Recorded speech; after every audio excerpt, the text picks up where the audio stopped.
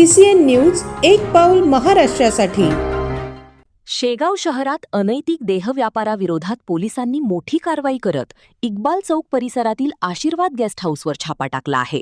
या कारवाईत कुंटणखाना चालविण्याचा प्रकार उघडकीस आला असून 6 जणांविरुद्ध गुन्हा दाखल करण्यात आला आहे। पोलिसांच्या या धडक कारवाईमुळे परिसरात एकच खळबळ उडाली आहे।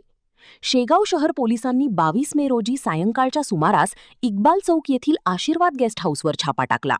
पोलिसांना मिळालेल्या गोपनीय माहितीनुसार ही कारवाई करण्यात आली। तपासादरम्यान संबंधित ठिकाणी महिलांकडून अनैतिक देहव्यापार सुरू असल्याचे समोर आले। तसेच काही ग्राहकही घटनास्थळी आढळून आले। या प्रकरणी पोलीस स्टेशन शेगाव शहर येथे कायम अपक्रमांक 326/2026 अन्वये अनैतिक व्यापार प्रतिबंधक अधिनियम 1956 अंतर्गत कलम 3, 4 आणि 5 प्रमाणे गुन्हा दाखल करण्यात आला आहे। पोलीस उपनिरीक्षक कुणाल दिलीप जाधव यांनी फिर्याद दिली आहे। पोलिसांच्या माहितीनुसार संबंधित गेस्ट हाऊसमध्ये देहव्यापारासाठी जागा उपलब्ध करून दिल्याचा आरोप आरोपींवर करण्यात आला आहे। कारवाई दरम्यान पोलिसांनी 4175 रुपयांचा मुद्देमाल जप्त केला आहे।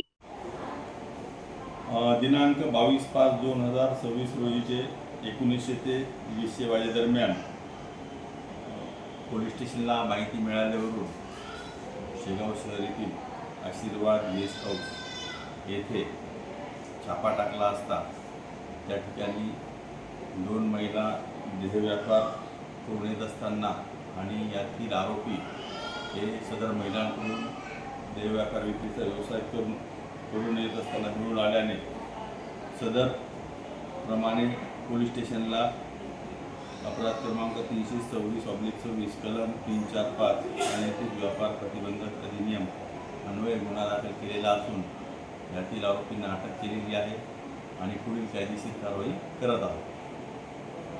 शेगाव शहरात अनैतिक व्यवसायाविरोधात सातत्याने कारवाई सुरू असून अशा प्रकारांना अजिबात पाठीशी घातले जाणार नाही। दरम्यान या प्रकरणाचा पुढील तपास पोलीस निरीक्षक मेहत्रे हे स्वतः करीत असून शेगाव शहर पोलिसांच्या या कारवाईची सर्वत्र चर्चा सुरू आहे। CCN news Shegaon.